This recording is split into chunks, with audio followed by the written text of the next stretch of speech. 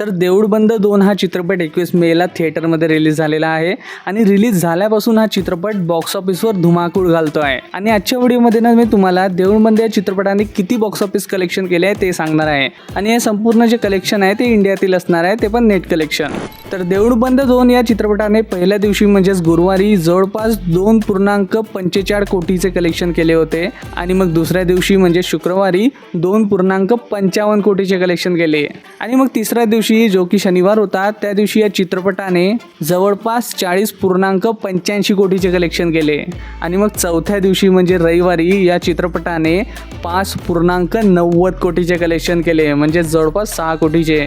आणि मग पाचव्या दिवशी म्हणजे सोमवारी जेव्हा की बरेचसे चित्रपटाचे कलेक्शन डाऊन होतात, तरी या चित्रपटाने पाचव्या दिवशी सोमवारी 3.40 कोटीचे कलेक्शन केले आहे, जे की याच्या पहिल्या दिवसापेक्षा सुद्धा जास्त आहे.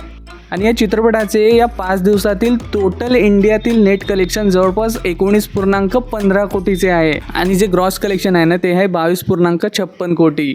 आणि हा चित्रपट जवळपास 10 कोटीच्या बजेटमध्ये बनला आहे. आणि आता इतके कलेक्शन केल्यानंतर हा चित्रपट बॉक्स ऑफिसवर सुपरहिट ठरला आहे. बाकी तुम्ही देऊळ बंद 2 हा चित्रपट बघितला की नाही, तुम्हाला कसा वाटला मला कमेंटमध्ये नक्की कळवा.